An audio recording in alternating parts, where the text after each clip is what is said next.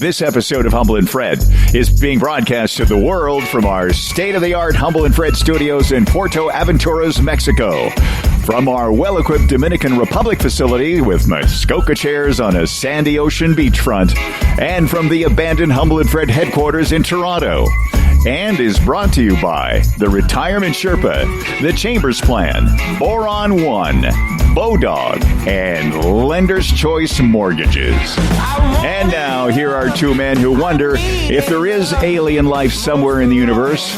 Are there as many idiots out there as that we have here on Earth? It's Humble and Fred. Yeah, it was pretty good there, Dan. I'm going to do what I can with a few hours sleep, you know. No, I get it, man. You know what I was thinking? You know how you just read back how you began that, because I have a little idea how we can insert this other thing that we talked about yesterday. So you go live. This episode of Humble and Fred. Yeah. It's live from Puerto Aventuras and the Humble and Fred headquarters. You say that, from right? our well-equipped studio, Puerto Aventuras, Mexico. From our, And maybe before you get to the sponsors, you could say, and is broadcast live on a digital format, or is broadcast live from the Humble and Fred Zoom studios, or we bring it, or something to the, if we could just theater. I thought Humble and Fred Zoom theater. I like that.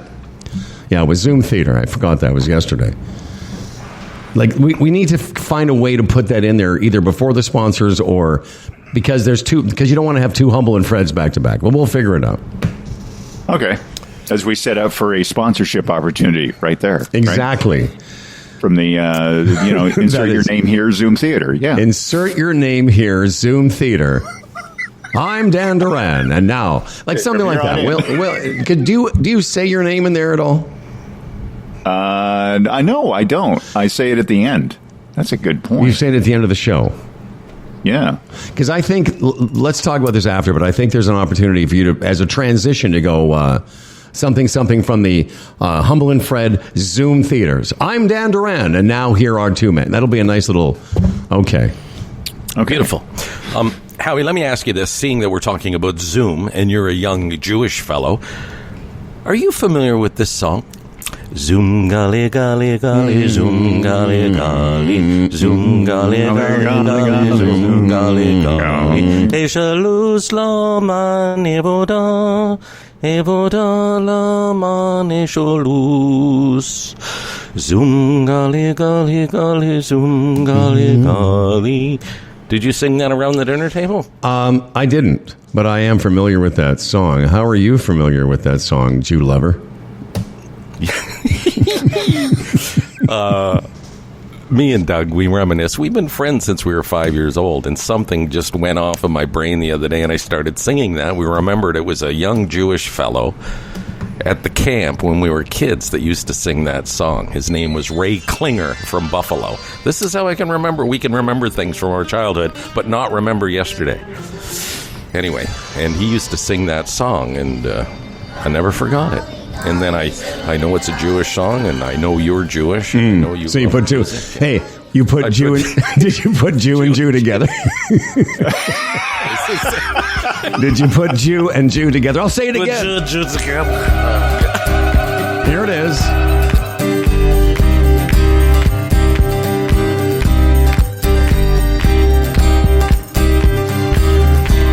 I don't know why. Maybe it's just the. Oh, here we go.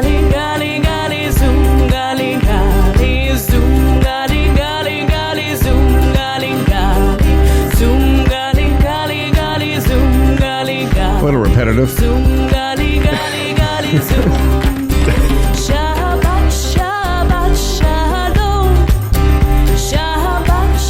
Yeah, I'm aware of that song. That was not sung around the Glassman table in the city of Moose Jaw, Saskatchewan. And I'm not even sure if we should do it now, Fred. You know, given the situation in the Middle East and how Jew hatred is rampant. You know, we're probably going to have pro-Palestinians protest this segment of the program. Yes, how dare you play that song, because it sounds a bit festive. What does Zoom Golly Golly mean? I have no idea. Well, you're Jewish. You should know this kind of thing, shouldn't you? This is like, I guess the Zoom. I don't think it's Zoom pop culture. Yeah, but I don't think it's like there's no law that says I should know it. You know. That logic, by the way, when people say that, well, you're this, you should know that. I mean, that's a weak argument. Because I just the fact that I know nothing. Seriously. You're the son of a minister. What does it say on page 63 of the Bible? Tell us now. That's right. Right. Yeah, that's how it works. Yeah. What's your favorite chapter, Dad? Oh, yes. No, but listen, you're right. I mean, if I were Israeli, I think that's more of an Israeli song. Again, I know we're not supposed to mention Israel in any context than that they're occupiers and horrible. Okay, so it's not going to be from the Zoom Golly Golly Theater. It's just the Zoom Theater, right? No, it would not be from the Zoom. Although I'd like to say, so you put Jew and Jew together again. Come on. Come on. Hey, would the Bible be available like in an audio version? Like, yeah, of course. I guess, eh? All the versions of the Bible too are available in that format. What poor bastard had to do that? Can you imagine? Like, I know it must pay well. Yeah, that'd be a good gig. Read the Bible. Yeah. Oh, Jesus. Wow. By the way, we're just before I forget, because I know I will. Today on our email segment, Dan, I've got great news for you and I. Speaking of things we should and should not remember. Okay. Somebody emailed the program, and I'm pretty sure that the thing that the guy said on the beach to us, said it to me, I told it to you, you remembered it, then we both forgot it. I'm like 92% sure somebody's come up with what the guy said. Oh. That's a circle back. And just while we're on circle backs, again, you still really haven't told the story about him being attacked. Yeah. There was a Jewish spin to that, too. But I got the impression when you first told it, you didn't really want to explain it, but you said enough that I got so much reaction from people saying, what is Howard's story? I think my reticence was just the energy it was going to take to tell the story, and also, of course, in light of all the negativity around the Jewish people. But this particular story that happened to Dan and I isn't so much an anti-Israeli story, because these guys were not Israeli. This was more of just one of those weird... I think it's happened to everybody, where somebody from a religion kind of accosts you. You know, we've all either had something left at our door, or we've been someplace where people are standing on a corner and they start to, I think the word is proselytize. Right, Dan? Where they try and, tell you about their religion, whether you walk by the Scientology Center on Yonge and somebody's standing out there and, that kind of thing. It's also evangelism. Well, that's what it is. It's something that Jewish people, I didn't think many Jews, we're not really known for that. We're not trying to get people into our group. So that's why I was kind of like, I don't know if I have the energy for it, but do you want to hear this story? Well, you know me, yes, but if you don't feel telling it, that's fine. Maybe you can write it down and put it on our Facebook page. I don't know. Well, I just want to do it as quickly as I can, but it was pretty interesting. Right. So Dan and I are walking up this street in Mexico on Playa del Carmen. It's a famous street called Fifth Avenue. It's like, imagine if you were in Vegas, but they transported all that sort of gaudiness to Mexico. And it's just street after street of people, vendors and, performers and shops and people basically trying to get you into their restaurants or into their shops. That's the street where the woman told me how embarrassed I should be about the tigers. Dan and I saw the tigers, did we not, Dan? Yes, we saw the tigers. We did. That was, yeah.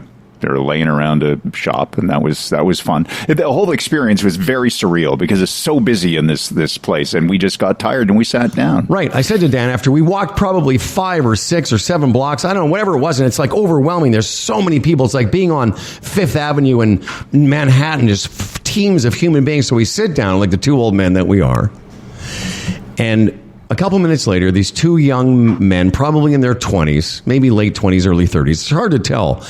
They're Hasidic Jews. You've all seen them. They wear the hats. They got the sideburns and the beards, and they're wearing the black coats, and they've got a prayer shawl underneath their their shirt that I can see. You know, I know what it is. I've seen it before.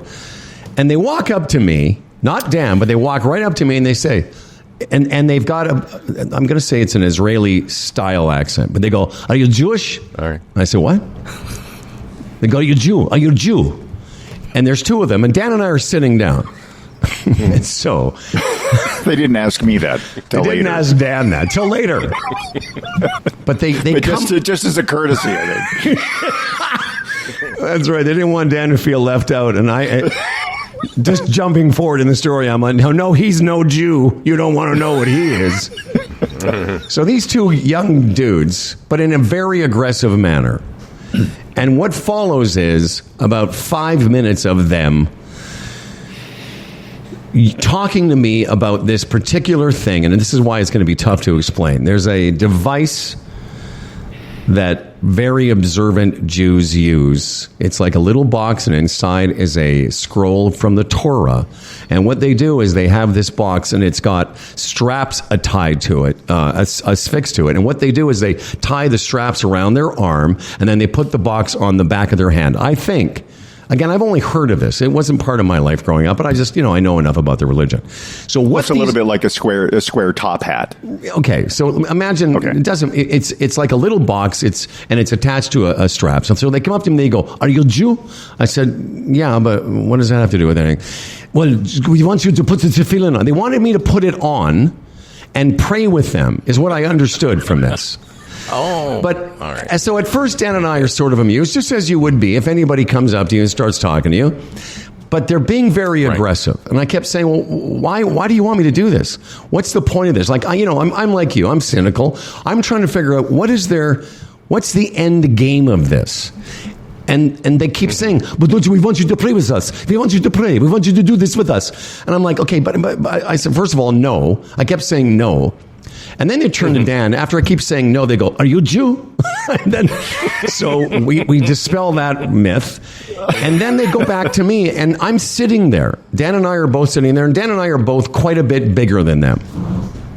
And the one guy next to me, who's pretty close to me, he starts to get mad that I won't stand up and pray with him.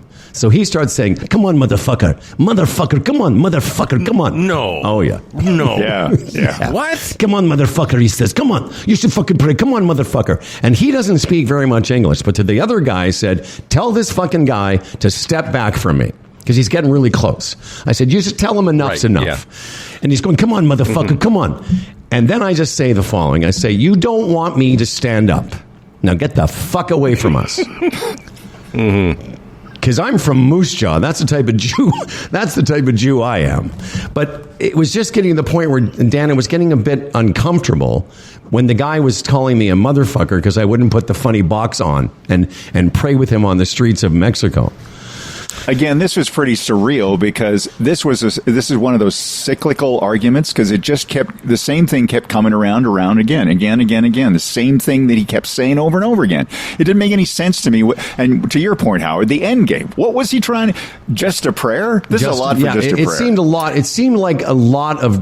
I don't know what it was. Maybe they were. Listen, it could have been a bunch of things. They could be pickpockets. I don't know. There was no ask for money, but they wanted us to wanted me, the Moose Jew, to get up and pray with them. So I made it very clear, my last thing I said, "You don't want me to get up." Mm-hmm. And then the guy who could speak English kind of caught that. The guy that was calling me a motherfucker, I don't think he understood it. So they finally leave. So Dan and I, go ahead. Wow. No, I'm just saying it's just weird because to turn ugly that quick when actually, they seem to be religious people and you don't sort of make that connection. You know what I mean? It's like, how could it go south so quick? Well, the whole thing was surreal. By the way, this was at, wow. What do you say, Dan? 6:30 at night, still light out, maybe 6:45. Like, it wasn't like late at night. Yeah. Right. There were women walking by in bathing suits and, bums exposed. There were, street performers. All this stuff was happening behind them, walking by. Women in flamenco dresses and guys in and to answer Fred's question, to answer your question, how did it get this escalated so quickly? I don't know. You know what I'm like. You know what kind of reaction people have with me sometimes? No, but that to me is immaterial, because the thing is, regardless of your reaction, when people approach you, yes, I know, under the guise of religion, you would never expect that to turn into fuck. The guy saying, "Motherfucker, come on, motherfucker, Yeah, come on, motherfucker." So these guys leave. They finally get the idea, and Dan and I get up, and we continue to head the way we were heading. So we were going in the opposite direction. And then we get to a point, and I say, "Okay, Dan, let's turn around now, because we're going to head back the other way, the way we came, so that we can go have dinner." And then about 2 blocks later, these two guys see us again, and the guy that could speak English starts saying, "Hey, are you Jew?" And then before he doesn't even recognize us, and I went, "No." No, I just say no, and then he recognizes us, and then they give us the big wide berth. It was pretty funny, though. It's just so funny, Dan, that they didn't remember us like 4 minutes later. What, were they blind while they were getting angry at you? It made no sense. Exactly. Yeah. You know the Jews and their bad eyesight. Yeah, right. Wouldn't you love to know the story? I know, behind those guys. Whether it is, like pickpockets or up to no good, or just like fanatical whack jobs that, with no patience, obviously. Jesus Christ. Well, they had enough. Almighty. I'm describing it as quick as I could. It probably happened over the course of a few minutes, but it escalated to that guy getting angry at me pretty quick. I don't know whether he was a little bit off, but just as I began this essay, Jewish people generally aren't about going around the way that Christians are, doing mission work around the world to get more people into the club. That's kind of not our vibe, or hasn't been, or at least I didn't think it was. But these guys were definitely all about getting me involved in some kind of prayer thing there on the streets of Playa del Carmen. Right. I have a story similar, but it has a very lovely ending. In fact, it's warm and fuzzy, actually. And neighbor John was telling me this just earlier this week. He taps the trees around his house for maple syrup, and his house is way up a hill all by itself, north of Caledon, or just east of Caledon, whatever. And he said he's out there at the trees the other day, and all of a sudden this woman, he sees her just at the top of the hill, and she starts walking towards him. And he's thinking, what does she want? Does her car break down? Or like he couldn't figure it out. Anyway, she walks up to him, and she was a Jehovah's Witness. And so she started her, spiel, and he goes, no. He said, I'm not interested. He said, but like, what brought you up here? And she said, well, I saw on the map or something there was a house up here, so I thought I would come up. And he goes, well, you sort of wasted your time. I do not want to talk about that. And she said, what are you doing? He said, I'm tapping the trees for maple syrup. That I'll talk about. Mm-hmm. And he spent like the next 10 minutes explaining to her all the stuff about how you do that. Yeah. So I thought that was a sweet story. But that's John for you. Did she say at any point, come on, motherfucker? No. Give me some maple syrup, motherfucker. Oh yeah. No, that's all there is to that story. Well, that's very sweet. No, it is. That's him. But circling back to the circle back, this is a double. This is a double circle back, because we circled back to the story from earlier in the week, and we're circling back to your point. And Dan and I, it came up a couple times. I talked about it with my older, smarter brother David, who's been to Israel, who knows more about everything than I do, and he also couldn't figure it out. Like there was no like, they're doing this, so I'll do something. It seemed, and I didn't want to get involved in kind of praying there on the streets, and I don't even know the prayers, but it would just be. Again, I just thought of it now, Dan. Maybe they were pickpockets. Maybe that's the deal. They distract you, and then they try and take some shit from you. Yeah. Well, Howard, in the most positive, wonderful situation, you would never start praying. No. Would you? Would there be anything? Say it was two real juicy Jew women that come up and wanted you to do that. You would never pray. Well, two juicy Jew women with thongs on. Two juicy Jew women with the thongs on and their butt cheeks hanging out. Well, then I would you pray with them? If they said, hey, motherfucker, you want to lick our feet? if two juicy Jew women came up with thongs and said, "Hey, motherfucker, want to pray?" Yes. I'd say yes. Yes, I would. Motherfucker. Putting Jew and Jew together right You know there. what we That's, witnessed, by the way, Dan? You and I witnessed Jew on Jew crime. Anyway, we're going to get to the emails, and so I'm not sure what I'll do, Dan, is I'll read the email, and then when you come back, and don't go yet, but when you come back, I'll confirm with you if that was what the guy said, because I'm pretty sure once I saw it that the guy that the quintessential Canadian response, or the thing that made me think he was Canadian. But there are other stories, Dan. We were talking about this. Fred did some research prior to the program. Fred, when we sometimes will brief each other about stories we want to do, and Fred was adamant in our pre-show meeting, Dan, that we discuss this Kate Middleton story, which, by the way, I was aware of, Fred, but I wasn't aware of the layers to the story.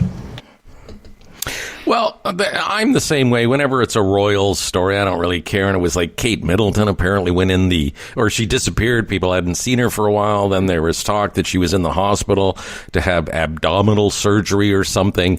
And her and William had not been seen together. And then from there, it goes to this rumor that he has this mistress.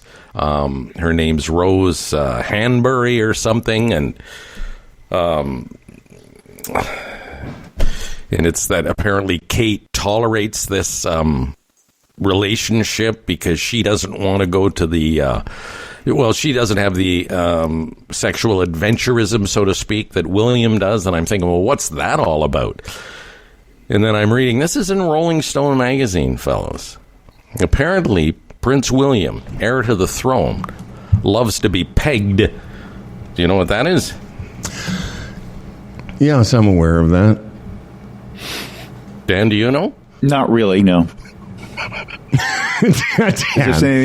Dan, fist, how do you not anything to do with fist banging? No, it's in the fist banging category. But I'm curious, how does a guy, a man of the world, such as yourself, have not come across the term pegging? It's of the zeitgeist. It's of the pornographic zeitgeist.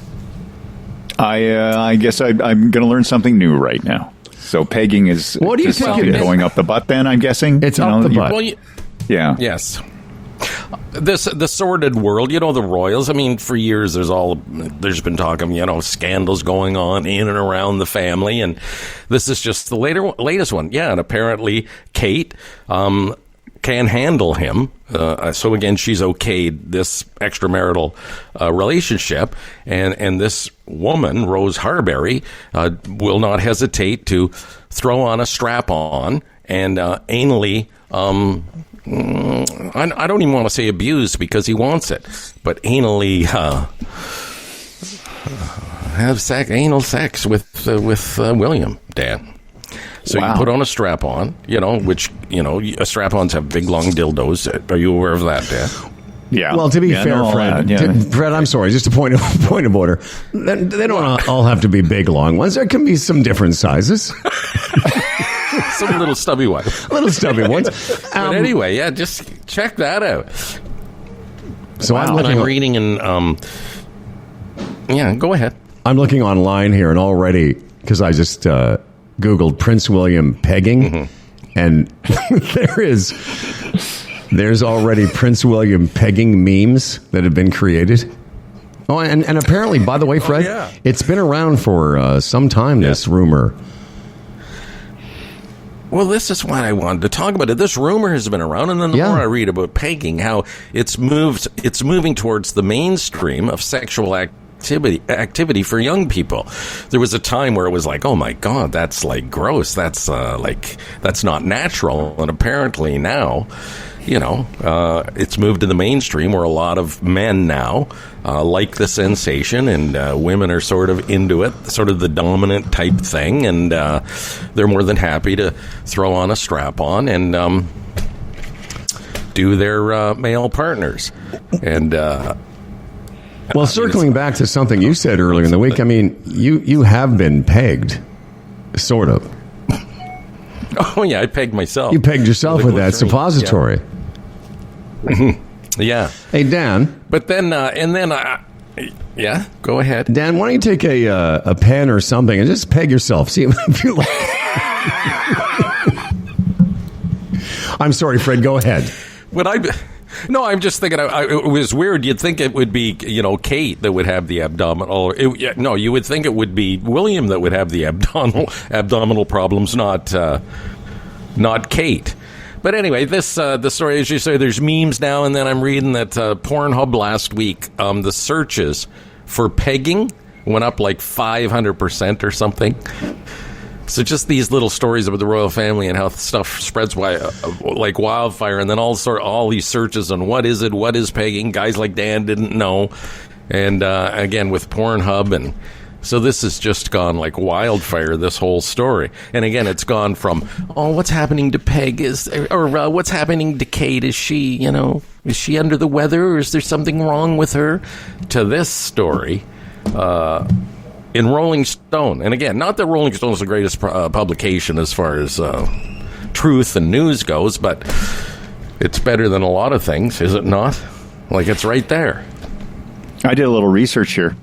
Yes, Dan. What you're talking about is kind of like there's rumors going back to 2022. That's right. I don't pay any attention to the Royals. They mean so little to me, and I try not to. But it just leaks. But in the last week, I think what's got this interest up a little bit was she retouched a photo coming out of the whatever. Yeah, right? yeah. And then there was speculation of why she wasn't wearing a wedding ring, which really amped up the Royals. Circling back to some pegging. Yeah. But Dan, that I don't know. I was going to bring that up with Fred, but I didn't want to wreck the narrative, which is the Rolling Stone article, because I did the same research you just did, and I Googled it. That Rolling Stone article is August of 2022.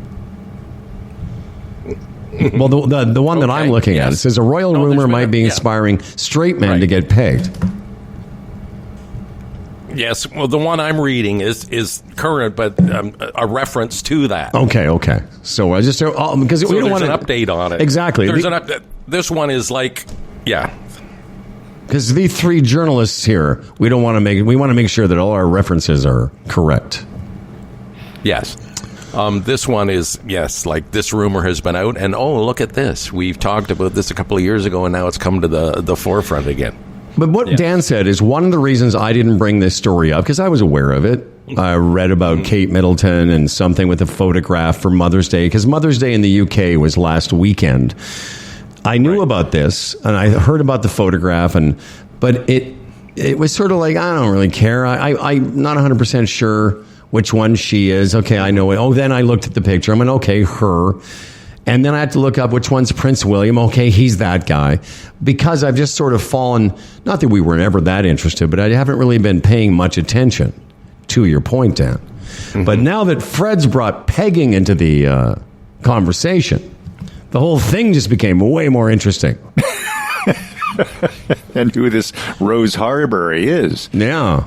I mean, she's a goer. And listen, I can't believe that the three of us didn't know, because this is one of our favorite Steely Dan songs. I have a great Steely Dan story for you in a second. I seen your picture.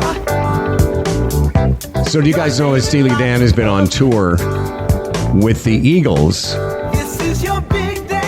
as part of the Eagles' final world tour of all time?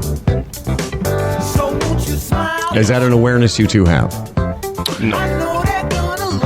How can they tour? There's no band members are missing now. No, Walter due to death. Well, no, but Walter Becker has been dead for a few years, and Donald Fagen and the Steely Dan Band have been continuing to tour.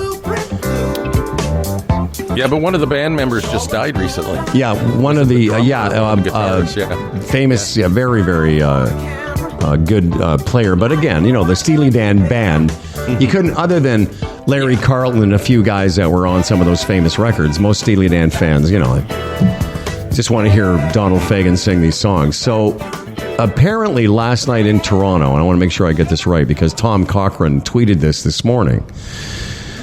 Tom Cochran, where did I put this? Tom, who's a friend of the show, and a buddy of ours. Steely Dan had to cancel last night. They were playing, I want to say, were they playing the Scotiabank, I think? I think they were playing, I'm sure it was the Scotiabank. Yeah, it was. So Tom tweeted this morning that because Steely Dan had to cancel, Tom Cochrane opened for the Eagles last night. Wow. And I just want to, first of all, it was pretty cool that he did. He says, what did he say here? If I can find it. It said, an honor to be opening for the Eagles tonight at Scotiabank Center. Last minute, as Steely Dan had to pull out. And it would be interesting to ask them. I'm probably going to see him this summer. We play occasionally still. I mean, you're as famous as a guy as Tom Cochrane is.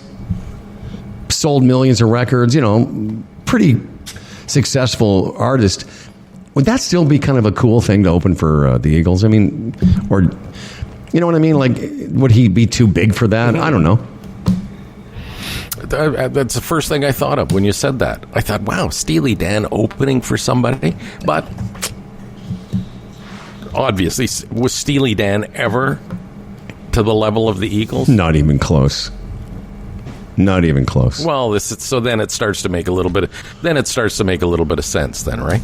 I mean, I think I heard that Steely Dan was going on tour with the Eagles because, they do their own touring, but as an opening act for the Eagles, Steely Dan obviously, exposed to a lot of different people, and it's probably a good deal. But Tom Cochrane getting the last minute call, I wonder what that's like. It's like, hey, you want to come down to Scotiabank and play some of your songs? Did he play by himself, or was it the band? Or I'm pretty sure the band probably played with him. He's playing the Scotiabank Center, so it wouldn't be like an acoustic set. And how much of how much time did he have?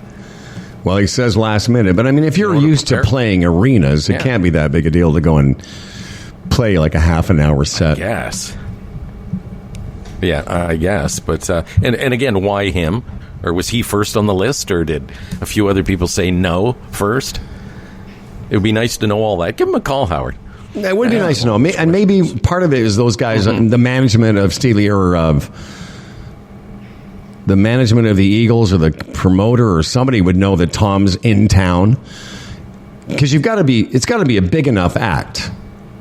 Mm-hmm. And an act of the era, right? Yes. Because Steely Dan was popular at the same time the Eagles were popular, so maybe that's part of it too. No, that's a very good point. All right, well, I just thought I'd pass that on. A little Canadiana. No, that's a neat story. It is, actually. And, not too many people. Well, again, if you're going to see the Eagles, but that's a pretty good bill, man. It would be for me. Steely Dan and the Eagles. I mean, you'd be somewhat disappointed, but Tom Cochrane would fill that hole pretty well, I'd say. I can't think of another Canadian artist that would be of the level of Tom that would be in the city of Toronto at that time. And again, Dan's point's a good one, of an era, or whoever said it, of being popular around the same time. Maybe the ladies, but I don't know. When you think of the Bare Naked Ladies, I just, you know what I mean, since the departure of Steve, and the reason I'm saying that, I throw that out there, but they just don't seem to be part of the Canadian music world anymore for whatever reason. So I'm just thinking of a Toronto band that could come in last second. Well, they'd certainly be big enough. Yeah, I guess. And even after Steven left, I mean, they're still touring at a pretty heavy rate, and as far as they're on the back nine of their career for sure, much like ourselves. Do you want another Canadian music story? Yeah. Because this is all tying in. A couple years ago, Neil Young protested Joe Rogan and his anti-vax nonsense. If you know the story, Fred, why don't you present this one? Well, Neil Young a few years ago. Geez, how many years ago now? It's 2 years. Time flies. I think it's a couple of years, yeah. Anyway, he got up, and he got upset with Joe. What was it about Joe Rogan that he had a problem? It was promoting anti-vax. That's it. Yeah, it was an anti-vax stance. That's right, and Neil Young thought it was very dangerous, so he said, Rogan leaves Spotify or I leave, and apparently it was an easy choice for Spotify, so Neil Young left Spotify. But now, and I was surprised by this because of Joe Rogan's deal with Spotify. I thought it was exclusive, but now soon he's going to be available on Apple and Amazon. So Neil Young's backed into a corner. Well, if I'm anti-Joe Rogan and I won't go where he is, then my music's not going to be streamed anywhere. So he has sort of sucked it up and said, listen, I have to be on these streaming vehicles, so not only will he stay on Apple and Amazon, he will go back onto Spotify. Yeah, I'm looking at the story here. Just an Azure. What's that, pal? Yeah. No, I was looking at these stories yesterday, and the way they attach like X or Twitter stuff and Facebook stuff. He was just getting crushed by all the slack-jawed goobers in the States for being a hypocrite and not having any balls and all that shit. What Neil Young was. Yeah. Yeah, I love all those people that can be critical who couldn't write this song, in their fucking wildest dreams.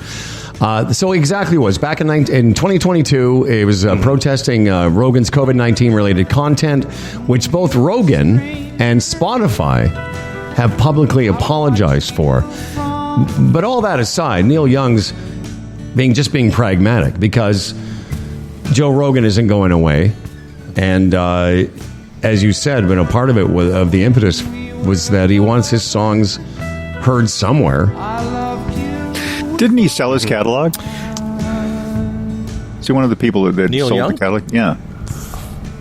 I think he might be right. Yeah. I don't know, but that sounds like he did. Sounds like one of those guys. I know Springsteen sold it. And I remember. Now I recollect all this stuff. Springsteen recently sold his, and on Stern I heard Billy Joel say that he would consider selling his, but it would have to be at least $1 billion. And, that's not that far-fetched, actually. No. But Joe Rogan, he apologized because, he has that great Spotify deal, but he still spreads a lot of that shit. You know what I mean? Subtly. He's still a bit of a whack job. He's still gone after that audience that eats that shit up. So, he ain't completely clean either. The other day I saw he had Kid Rock on his show talking about Bud Light and all that. And I thought, wow, that's a lot of moron in one room. Kid Rock and Joe Rogan. It's almost too much. I mean, really. It's too much moron. It's almost too much, right? It's too much moron. The safety officials need to be checked on. Exactly. We've exceeded our moron limit in this space. Please, we need to excise one of you idiots. I think, I don't know where that Bud Light reference came up recently. I can't remember, Kimmel or something. But I remember thinking at the time, because it was quite recent, how I thought at the time of the Bud Light, of all the things that I can think of in our lives of being media guys and being aware of the world, that might go down as one of the stupidest things. That when you think of all this stuff, like one little meme, one little picture, I should say, of a trans person holding a can of Bud Light did all that damage. Like, that really is something. Yeah. The clip I saw, Rogan says, so what's it feel like to be the guy that brought down Bud Light? Like, that's some kind of fucking achievement. And, through this, there's a lot of shining stars or good people through this as well, like Garth Brooks. Have you heard the story? Yes, A bunch of bars throughout the United States, and he said, fuck you. If you don't want to drink Bud Light in my bar over this, then don't come to my bar. Yeah. And again, this is Garth Brooks. He's got lots of money. But still, if you have a string of restaurants, that's quite the stance to take, because it's easier just to say nothing, right? But no, he stood right out and said that. Do you know what, Fred? That might be where I heard it. That might be where I saw, because I think I saw that Garth Brooks story. Or we talk about it, whatever it was. You want to talk about exceeding your moron limit. Think about all those people. Think about that attitude. Yo, you really brought down Bud Light. Why would you want to bring down Bud Light? Number one. Yeah. Number two, over nothing. Literally, you know who benefited from this? Kid Rock. In the moron community, he's seen as a hero over this. But a hero of nothing. But Kid Rock owns a bar in Nashville, and he never stopped serving Bud Light in that bar. Oddly. Yeah, no, I think I heard that story too, which doesn't surprise me. This was the same interview, fellas, where Joe Rogan declares that, first it was Kid Rock, because Kid Rock had problems getting into Canada or something because of his passport or anything. So he said, basically, Canada has turned into a piece of shit. Justin Trudeau's just a fucking piece of shit. And then, seriously. And then Joe Rogan, he pipes in, I don't mind Canada. I don't go there anymore. Yeah, because that Trudeau's a fucking piece of shit. And I'm thinking, again, this is too much for me. He's fucking, and these are both these guys. And he may not blatantly admit it, Rogan, but Kid Rock has. These guys are Trumpers. And they're calling Justin Trudeau a piece of shit. Oh, yeah. And, I'm not big on Trudeau, but my God, when it comes to shit, and shit and pieces of shit? No, it's remarkable. Anyway, it really is. Yeah. Maybe that should be our... that could be another... If we were the kind of people that started hashtags, the hashtag should be too much moron. Too much moron. Too much moron for this room. All right, Dan Duran, when you come back, we will have, hopefully, corroboration over the how did I know this guy was Canadian just by his response. Just to refresh, we met somebody. The first thing I said, hey, how's your day? And he responded with something, and I went, oh, what part of Canada are you from? And I think somebody listening has solved the mystery, Dan. Yeah, because we forgot what that was. We thought it was... we forgot within 30 seconds. Yeah. We saw something shiny and forgot all about it. That's right. I did notice that about when you're hanging with Dan, you really can be distracted by, really the smallest thing. And I'm like, I find myself wandering off with Dan now. Watch out for the iguana. All right, Dan Duran will come back. Dan's news. Also, Toronto Mike will join us and just chat it up as he often does on Thursdays. We'll get to your emails and some more nonsense in a second. But first, this important word from the Fred Man. Chambers of Commerce Group Insurance Plan, Canada's #1 group benefits for small business. Small business, when we say that, it's like 1, 2 employees, up to 100, I guess. If your small business is in the position now to look at a benefits package for your people, well, then go to chamberplan.ca, get a free quote. There's dental, and there's prescriptions, of course, and therapies, and a travel component to it. All sorts of therapies, a mental health division now that you can tap into in almost in real time. And they've done a great job of holding the line of premiums. Brett Tanner was on the show the other day explaining that. They've popped up a bit over the past year, but nowhere near other plans that are out there because they are a nonprofit and... they look after their subscribers very well. The Chambers of Commerce Group Insurance Plan, Canada's #1 group benefits plan for small business, chamberplan.ca. The other day we had this story about how Trump cheats at golf. And, I've said this to you before. We've talked about how, when you golf with somebody, you can really tell a lot about them. And in the space of a few hours, you really get to know and see what they're like under pressure and how they treat people and how they act and how you can trust them. And I say this by way of introducing my friend Mike Kazarian, one of the broker owners of Lender's Choice Mortgages, member of Mortgage Alliance, license 13582. I say this because I've not only played golf with Mike once or twice, I've played golf a lot with Mike over the 13 years I've known him. And you want to talk about a guy with integrity, he's hardworking, he's honest. And if you, I would just say this, I know, do you understand the analogy I'm making here? Okay, because I'm not sure it's getting too murky, but I'll just say this. If you spend any time with Mike, you'll know that he's a guy with integrity, and when it comes to handling your mortgage, when he says he's going to look out for you, he's not bullshitting you. This is a guy that's not going to screw around.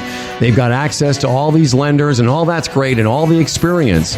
But I'm telling you, as a guy that knows Mike, if you choose to have a conversation with him, what he says is what he's going to do, and you can trust him to at least make sure, at the very least make sure that your needs are met. It's not just about getting you as a client, it's about making sure that if you have to renegotiate your mortgage, that you just don't take the first offer that comes along from your bank, that you let Mike and his team research this for you. And like I said, I was thinking about that the other day when we were talking about what a cheater Trump is, and I can tell you, I've witnessed Mike over many rounds of golf where integrity is in question. There is no question that guy's got tons of it. Find out for yourself. He is going to save you money, and very simply, go have a conversation with him at Lender's Choice Mortgages, lenderschoice.ca. I just checked the Facebook feed, and somebody, and I shouldn't say somebody, it's somebody who was very kind. Apparently, it's Stephen Novak, one of our friends and followers, is watching us on Facebook this morning. Apparently, Tom was in BC on tour. Tom Cochran. Oh. On Tuesday night, and this is what Tom said last night on stage at Scotiabank. He said he was on tour and he got a call and took the red eye back to Toronto and performed last night. I would like to, Stephen, if you could tell us some more, like, did he play with the full band and how long did he play, that kind of thing. Yeah. Anyway. That's a neat story. So if he took the red eye, would as you say, would that be the whole band, and what about equipment and all that? Yeah. Well, there you go. Logistics of that. So we have the kind of audience that when we have a conversation, they respond. It's one of the great things, one of the great joys of doing this job, Frederick. Yes. Very joyous, Howard. Very joyous. Yeah. Are you ready to do all the emails? Yes. Let's get her done. There's quite a few today, and we're going to have to summarize. We can't go into detail with everybody, but I'll save the Canadian guy thing for the last. In the meantime, here we go. Let's get started. Hi, guys.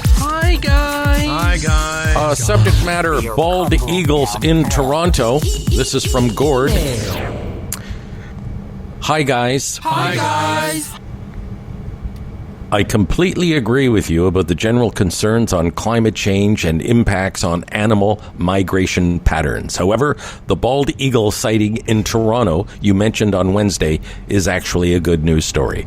The eagles in Toronto appearance is linked to improved natural conditions in Toronto, where they have invested in restoration of natural areas throughout the city. So the world may be on fire, but there are some local improvements. Stay strong, Gordy. Yeah, I mean, that was my fault. I said that. I leaped to that conclusion. I guess I didn't read the story, well enough. It was actually a good news story, but I'm thinking bald eagles, like all of a sudden in Toronto. What does that mean now? Like, because we're staying warm or whatever. I was wrong. Unlike Fox News, I will admit I was wrong.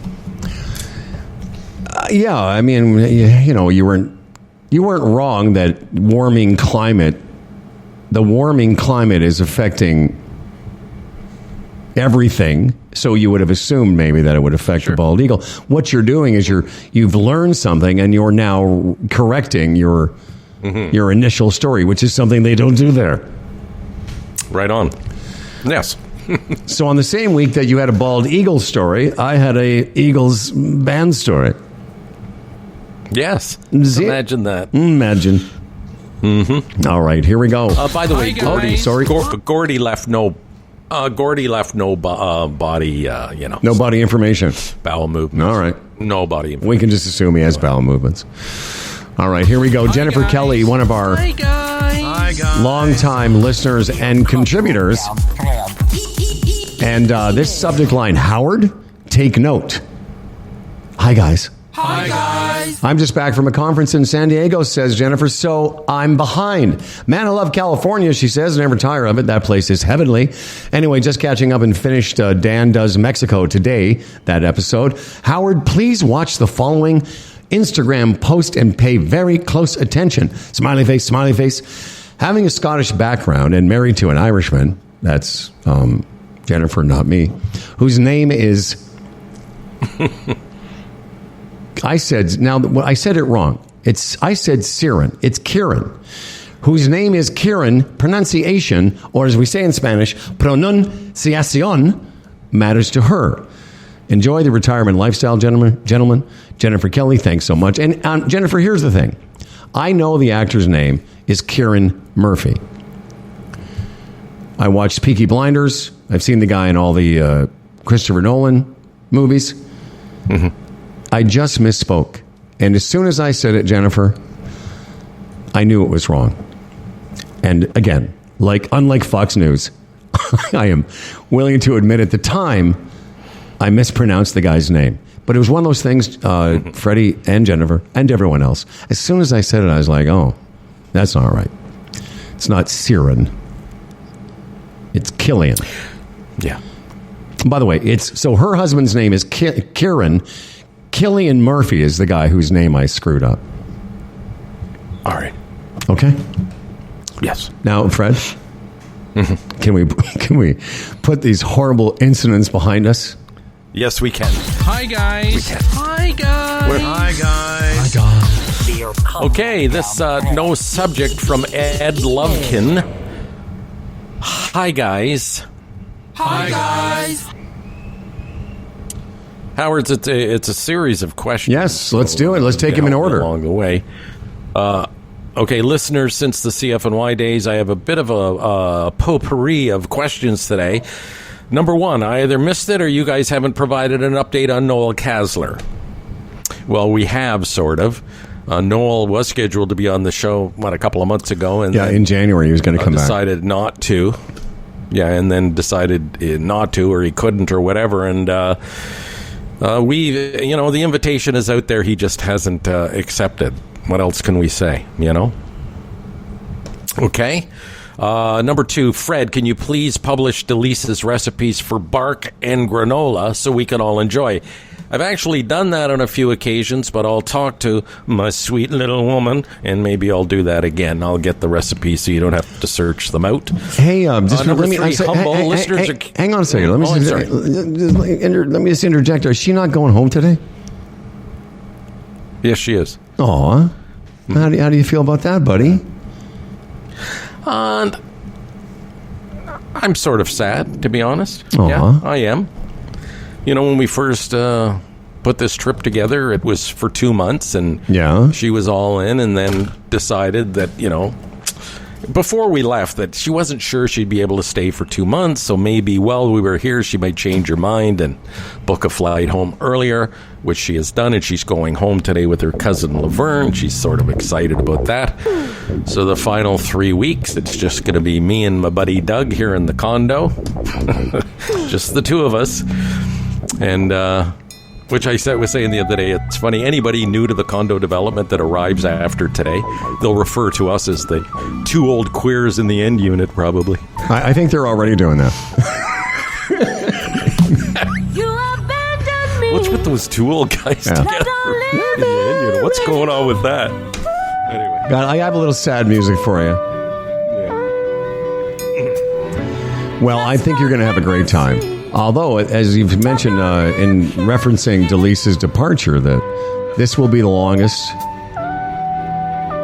longest separation of the Patterson union since forever. You've never been 3 weeks apart. No, and it's actually 3 weeks and a couple of days. But anyway, we've discussed this, and we thought it might be good for us. By the time this is over, we'll so miss each other that may give us a gust of love wind. That's right. The rest of our lives. You'll get back there and you say, "Okay, Dolly, peg away."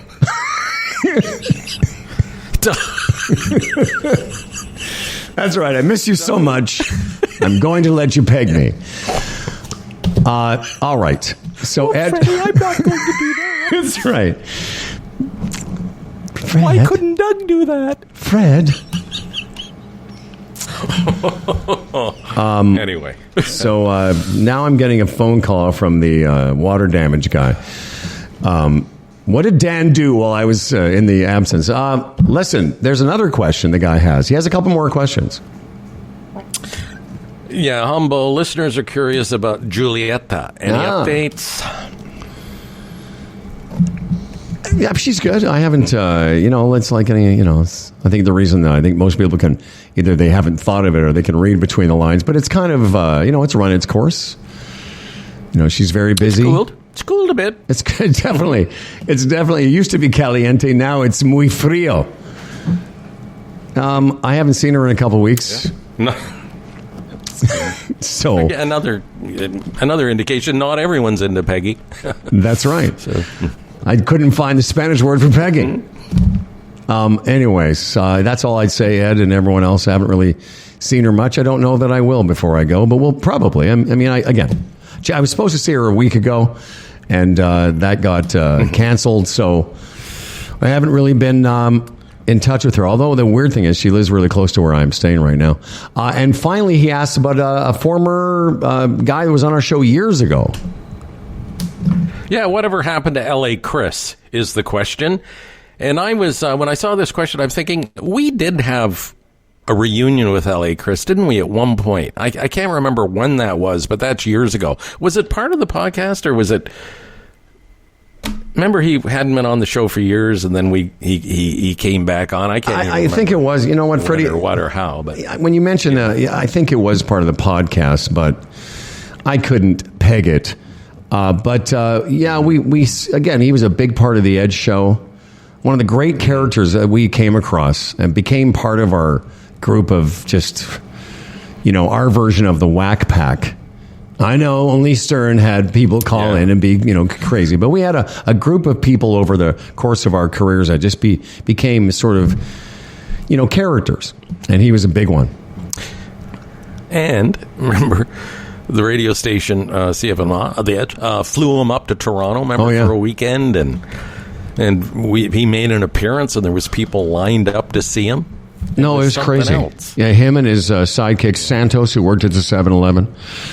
All right, Ed, we've got to move on, though. That was a lot of Ed Lovekin, and we certainly appreciate it.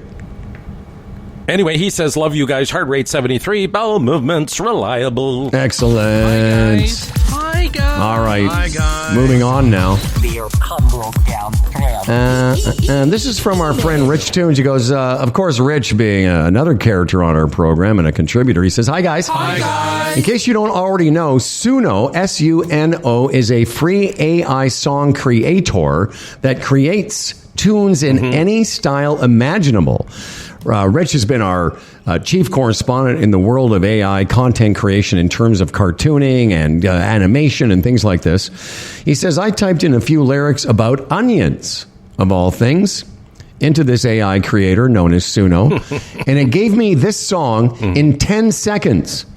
Tell me, fellas, it couldn't be played on the radio. Enjoy my masterpiece. And here it is, Onions by Rich Tunes. Oh, no, sorry. There's three of them. So this is the first one. Okay, this is the first one. Have a listen. Funny just make me cry. So many tears I wanna die. When I cut them for a stew. Tell me what should I do?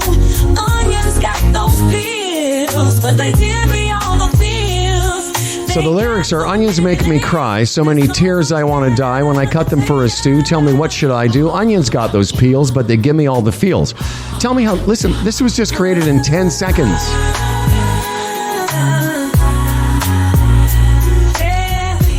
So he did that. That was the first opportunity. What do you think of that? Well, I like everything else, it's just your mind runs wild. It's... what does that mean to the future of the music industry? Could you probably program that thing not to infringe on any other, song patterns or tune patterns? And And those singers don't even exist. And is that the future of music? By people that don't even exist? Well, I agree. And what shocked me, though, is two things. How quickly he got it done. That was 10 seconds of work. And all that came together. Yeah, I thought all the same things you did. But also, how this could be played. Like, you know, that's as good a song as you'll hear on some of these stations. Would you like to hear another version? Here's his other version. So many tears, I wanna die. When I couldn't force through, tell me what should I do? Onions got those peels. Yeah, it's pretty frightening. But as always, we appreciate rich tunes. Yeah, and he just throws onions in there. You know, there's a story, and again, it may be a bit loose, but Adam Levine, you know, from Maroon 5, there's a song. Have you ever heard his song Memories? Anyway, as the story goes, there was somebody in the band or a close friend of his who died, and almost like between the guy dying and the funeral, Adam Levine wrote the song Memories, and it became a hit. And I just thought of the onions thing. Again, now, like going forward with AI, there could be any world happening, any nice thing, bad thing, or whatever, and you program it, and within 10 seconds you have a song about it. You know, no, it's crazy. Yeah. So, it wouldn't matter. Again, we're talking onions here. Obviously, it can be about any subject matter. And again, those songs so sort of rhythmic. It does sound like anything you would hear on the radio. No, Crazy absolutely. Thanks again, Rich. We appreciate you keeping us up to date on the goings-on of this important news. Hi, guys. All right, Freddie. Hi, guys. Hi, guys. Okay, this is a bit of a tease. The subject line is Canadians saying it's a tease because you're going to get into this more. Jim Humphrey says, did the guy say, "Oh, it's a beauty, eh?" And then he signs off, "Go Leafs, go." And again, that was reference to you not remembering the Canadian greeting the guy gave you. It was a short one. I wanted to acknowledge that that gentleman had taken the time to participate in this program. Why don't you read another one then, my friend? Hi, guys. Okay, this one, Canada's health care from Randy Wood. Hello, guys. Actually, he says, hello, Howard. He says, I remember you mentioning speaking to an American woman on the golf course, a golf course that was knocking Canada's health care. I just read an article that compares every public health care system in the world, and Canada is second with Switzerland coming in at number one. I have copied and pasted parts of the article pertaining to Canada. Countries with the best public health systems in the world, like Germany, Switzerland, and the UK, among others, are those that prioritize the well-being of their citizens through comprehensive healthcare policies. It goes on and on and on. And, I think we've often mentioned that Canada's healthcare systems get slammed, but as a public system, and the fact that it's free and nobody, is kicked to the curb and dies on the street, it's pretty good. Yeah, I mean, there's situations, and, I know some, like if you have a hip and you want it replaced, and you don't want to wait, there are private enterprises in Canada now that you can pay to have that done. But the thing about our system, because if you don't, you might have to wait 18 months if you can't afford to do it. But our system won't let you die, as you say, or kick to the streets, and you can get life-saving care without losing your home. Exactly.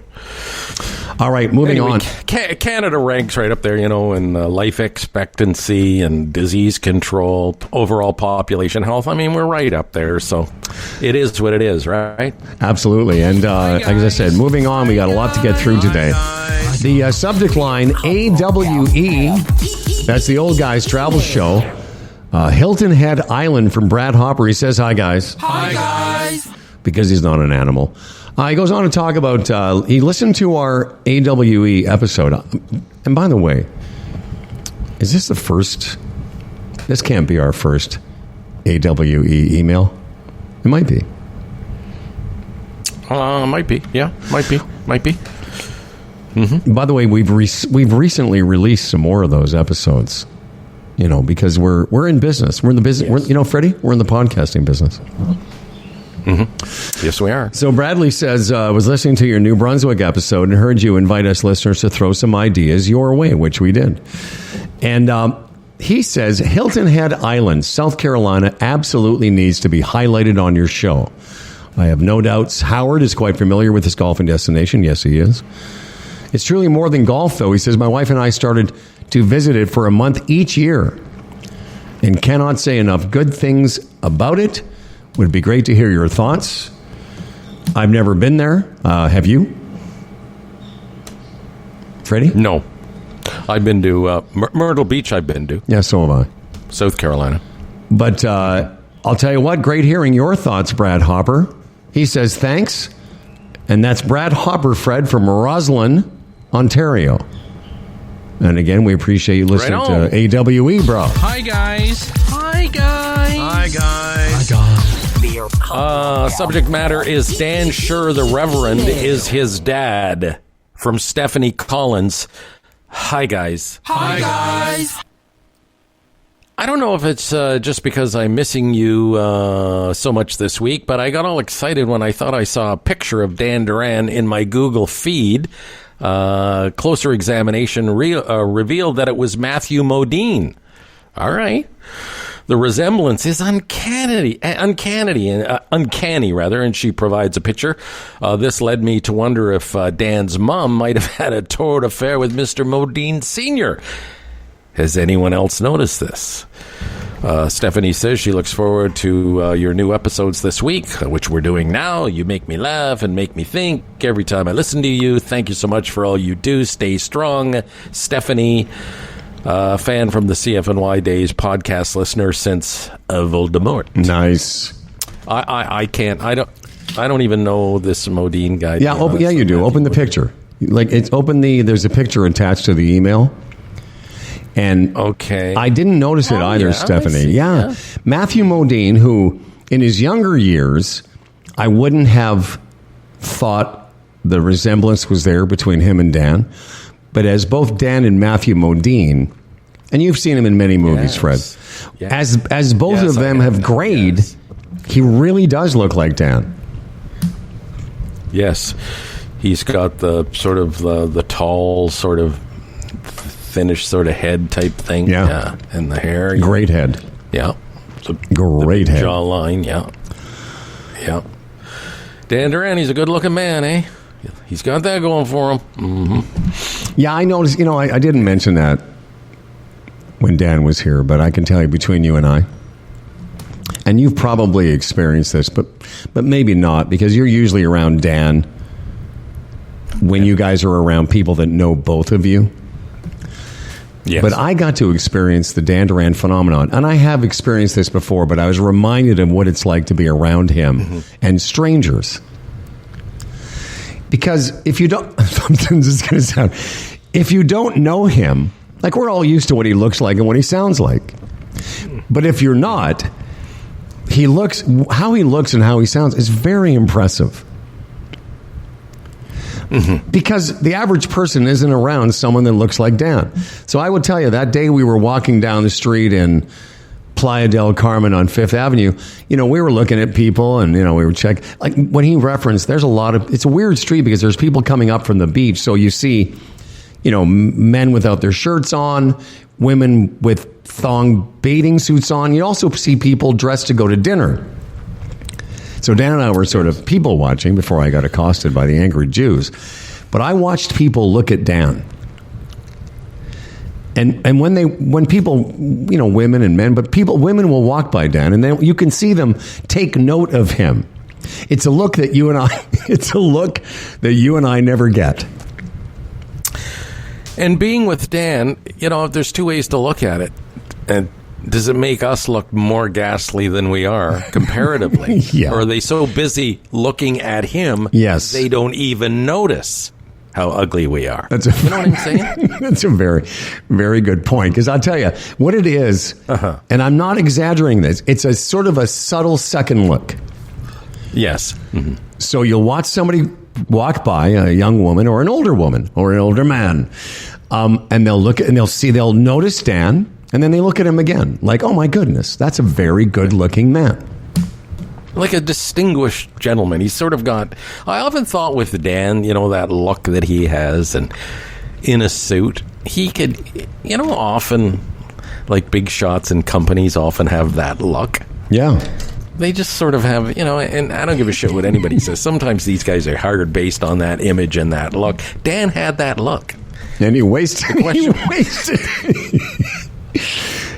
He could have been a big CEO of a company, maybe if he'd gone to school or something, right? If he hadn't. That's right. Dan definitely has big shot CEO energy. Yeah. If he had only applied himself. Well, I can tell you, man, it's pretty interesting looking at the people looking at Dan. How many do you have left, by the way? I just talking about his. I got this Tourette's one. So you've got one left? I think. Yeah. Okay. Yes. I think I have two left. So let me do one, then you do one, and then I'll do the Canadian guy last. Okay. Okay. All right, here we go. Hi, guys. Subject line, Bill Brio, fisting, banging, and pig's knuckles. This is from Jim Claus, who says, hi, guys. Just listened to the Bill Brio segment, and I have to say, I think those appearances are getting better and better. I can agree. I think we all agree. I like Bill's input, but more importantly, the banter you guys have with him is great stuff. I'll just leave the fist banging to what has already been presented on the show. Yes, I think we've all had a lot of fist banging this week. But I do find it odd that Fred didn't put two and two together as for the reasons of his recent bouts of constipation. Then he goes, you ate a pig's foot. Let that sink in for a moment. A food generally reserved for visits from my 86-year-old German father-in-law that leaves the house smelling of a greasy spoon in Backwater, USA. Come on, Fred, he says. Surely your list of amazing meals in the DR cannot include this dish. And he goes on, stick to the other great meals you've been enjoying down there. What do you say to that, my friend? Well, I don't like to wreck your story, but the constipation happened before I even ate, the pork knuckle. And I'm sorry, but it was fantastic. I've just pissed all over his parade, but that's just the truth. Well, let's get this straight. So you had constipation, and then you had pig's knuckle. So maybe he's got a point. Maybe it didn't help. Well, it happened after, whatever. I mean, the timeline is reversed there, okay. And it was delicious. What can I say? I found it to be a great meal. But again, we all have those meals, right? Growing up as a kid that other people might love. You may not because of some memory or it was forced upon you or whatever. So I get that end of it. Jim ends by saying bowel movements okay because of no pig's feet. Heart rate tempered. And Jim, we appreciate you sending us a note, as we do everyone. Fred's last one. Here we go. Hi, guys. Tourette's and Jon Stewart from Scott Shields. Hi, guys.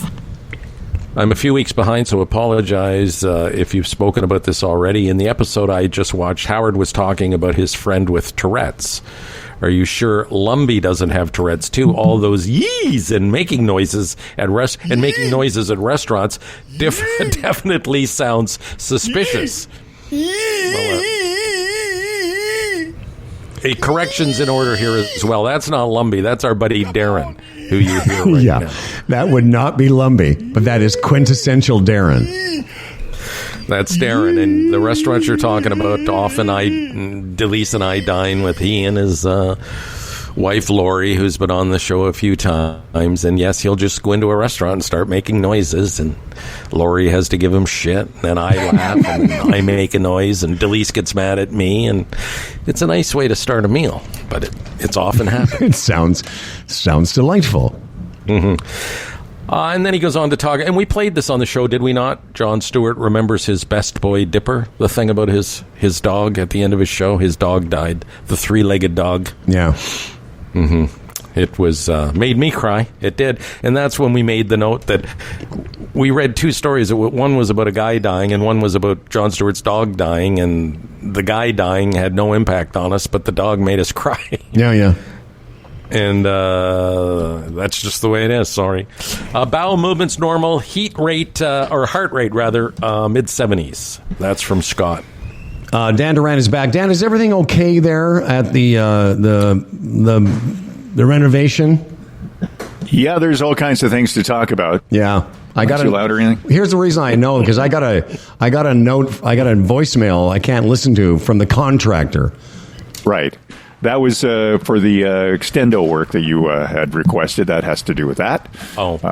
There are other discussions that we will have after we finish the year about the... See, the thing is, if you weren't there, would we be having these discussions, or are these Dan Duran things you're putting your nose saying, oh, no, that's not quite...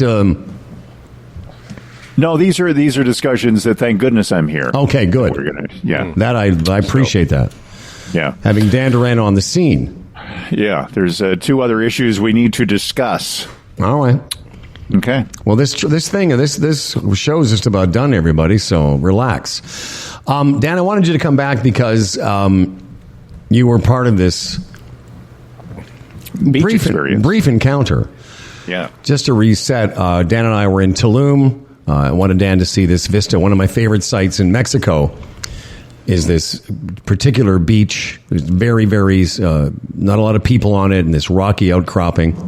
And as we were heading back to the car, I was a little bit ahead of Dan, and I saw this guy, and he was very friendly. He said hi to me, and I say hi back. Him and his lady friend were there, and whatever he said to me, I said to him, well, and how's your day going? And then he said something, and I immediately responded with, oh, really? And what part of Canada are you from? And he thought that was great, that just because of what he said to me, I could tell that he was from Canada. He was from Nelson, BC, and his lady was from Prince Albert, Saskatchewan. All right. And then I said to Dan, I got to remember that. That was such a Canadian, it's kind of a cute story. I'll tell Fred. And then Dan and I both forgot what the guy said. Right. And it became a running bit for Dan and I when he was here. When we'd have a moment where a little downtime, I'd say, okay, what did the guy say? So let's get to this. Hi, guys. This is from Dave Ryan.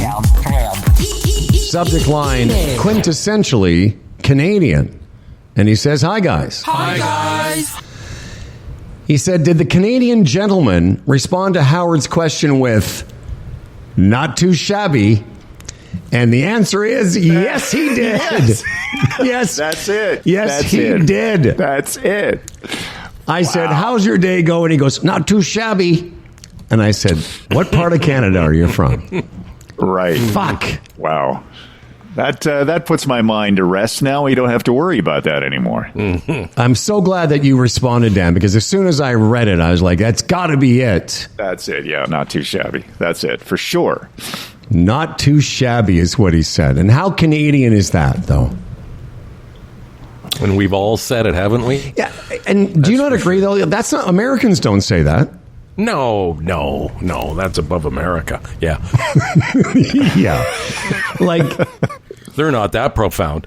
But that's a very, and you could tell, now you know why immediately I went, what part of Canada are you from? Because he didn't say it, by the way, like a hoser. He didn't go, well, not too shabby, hey? He just said, not too shabby.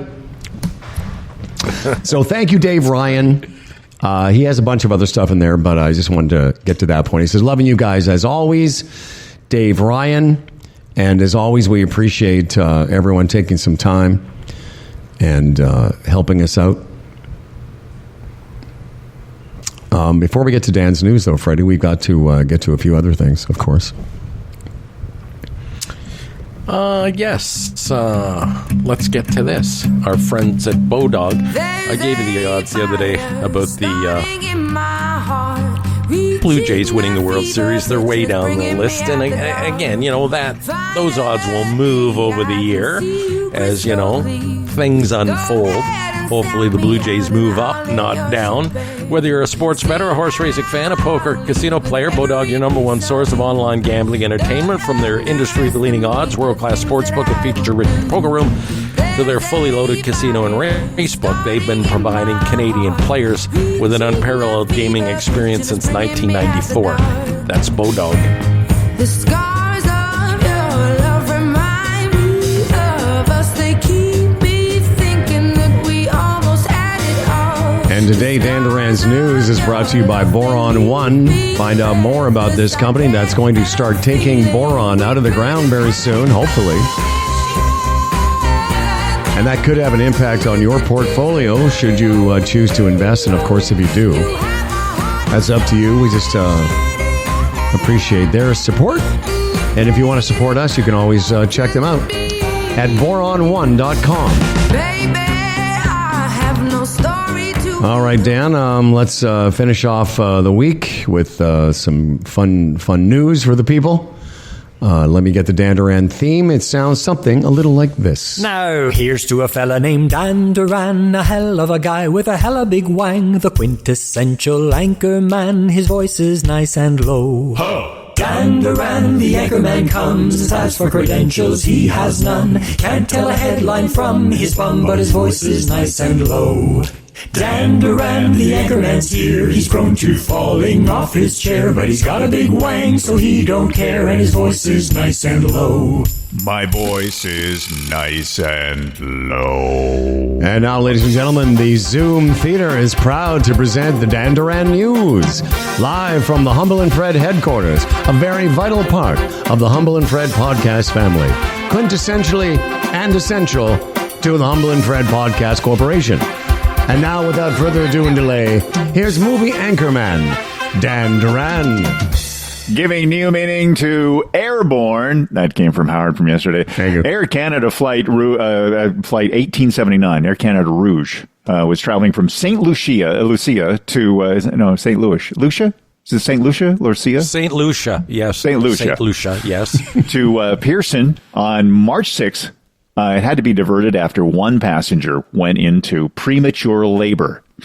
And when the flight attendants realized a woman was in labor, they pulled out the cliche. And I got to say that I'm sure if you're a flight attendant, you probably have always wanted to say, is there a doctor on the plane? Yeah. And there happened to be two doctors on the plane. They generously volunteered to come out of vacation mode and assist with, I'm having your baby, passenger. The aircraft did divert to Bermuda, but before it landed, the woman delivered a baby. And you know what? Only about 70 people worldwide have been born midair in a flight. Mm-hmm. Well, I read that story. Yeah? I read that story, and it involved, like, I have several fantasies, but I have two that I'm pretty well known to you. One is if I'm on a plane and they come over the loudspeaker and they say, is there a pilot on board? But that's a close second, 1 and 1A. Right. Is there a doctor on board? And when I read the story, I thought, okay, because I think I'm a doctor, and those two guys are actual doctors. I wonder, it would be kind of a funny thing if I was on that flight. I'd be like racing down the aisle, trying to get to the baby first. And then the real doctors would come on and go, what are you doing? I go, I don't know, but I've seen some TV shows. What would they put for place of birth? Yeah, that's a good question. Yeah. I think they still have to work that out. Apparently, if this happens over Canada or the United States, like in the air above those land masses, then they would be automatically given that citizenship. But over water, international waters, is it going to be Bermuda because it landed there first? The parents from Canada, is it going to be Canadian? Canadian birth? I don't know. And she went into, you say, premature labor. I wonder how long that went on. Like, the actual incident, or was the kid born quickly? Or well, it's not that long a flight, so it couldn't have gone on that long. I mean, the only thing that could be better landing once I had premature ejaculation. Yes. Yeah. The only thing that could be better in that story for me is if they came on and went, "Is there a doctor pilot on board? We need someone to land the plane and deliver a baby." Toronto Mike has joined us, but he's not officially joining us yet.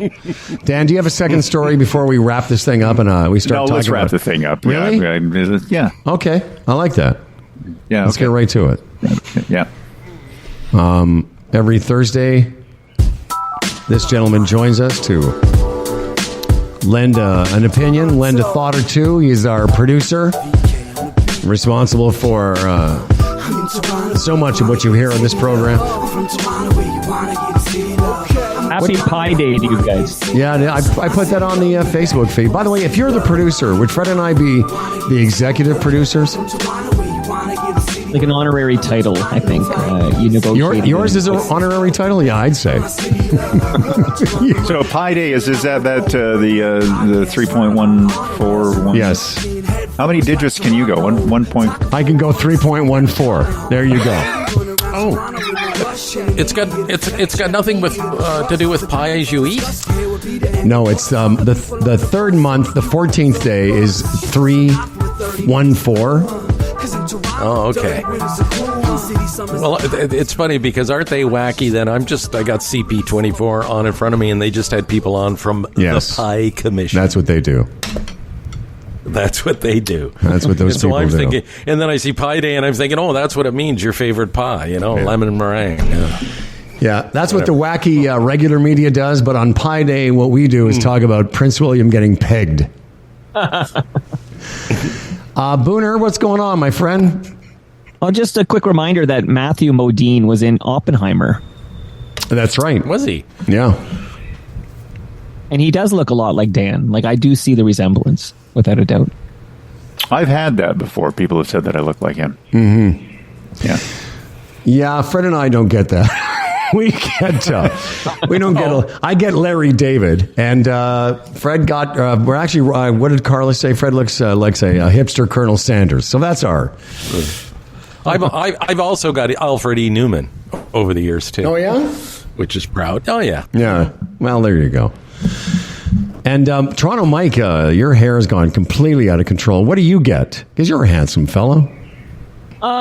I don't know who I get. Colleen Rushholm once said she got a Ted Danson vibe from me, but I think that's way too handsome for me. Mm. Oh, I agree. But I took the compliment. But I don't agree with her. Well, we're going to be on next week, Monday, Tuesday, and Wednesday. We have an announcement. There will be no Thursday show. We'll talk about that after the... Yeah, we're going to take a couple weeks now and just do 3 days because, we're down here in the sun. We're not going to have too many more weeks here, and we thought we would take a little time. We haven't really taken much time off this last 7 weeks. We've been off for a couple weeks, so we're not going to take any more weeks off, but we are going to take some days off. So all you're going to miss is the email Thursdays. Well, maybe we'll throw a few in on the Wednesday show. No, I think it's impressive you guys work on your vacation. Like, I think listenership should be just ecstatic that you're willing to do that. That's very impressive. Hey, quick note here, because I know you got to talk about the carpets and all that good stuff. But you guys mentioned, I think Fred asked, is there an audio version of the Bible? And then I thought of a great scene from one of my favorite Simpsons episodes where Homer thinks he's going to die and he goes to bed listening to the Bible on tape as read by Larry King. Wow. That's great. So it's a great episode. Homer. Fred, speaking of cartoons, did you see that thing I sent you from Family Guy? I sent it to your WhatsApp. No. Mike, who's the father on Family Guy? What's his name? Oh, Peter Griffin. Peter Griffin. It's a scene between Peter Griffin and a cartoon Donald Trump fighting. I did see it. I'm funny. sorry. Mm-hmm. They get in a fight. And every time Peter gets near Trump's, or first of all, he punches Trump in the face, and then they cut to a shot of his fist, and it's got orange makeup on. So it's very clever. Also, another TV note, Dan, I started watching The Gentleman, the Guy Ritchie series on Netflix. Very, very good. I've been enjoying it as well. Yeah, very good. If you're looking for something to binge. Yeah.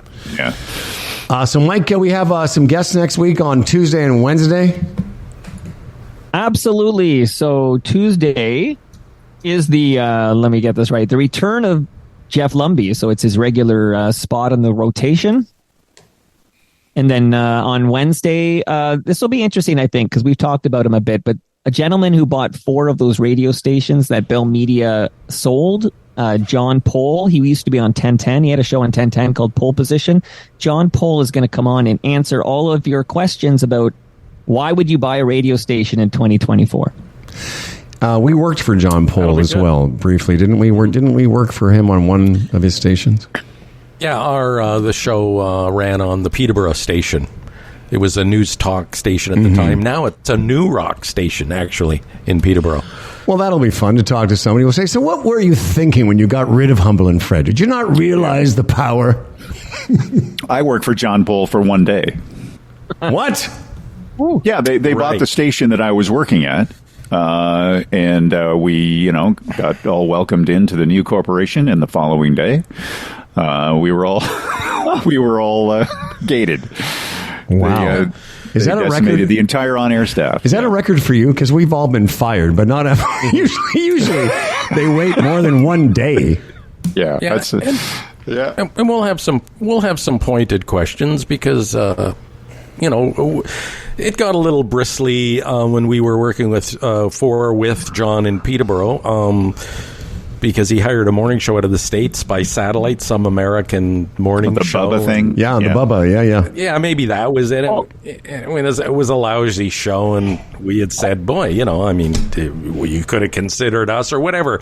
But he said the technology wasn't there.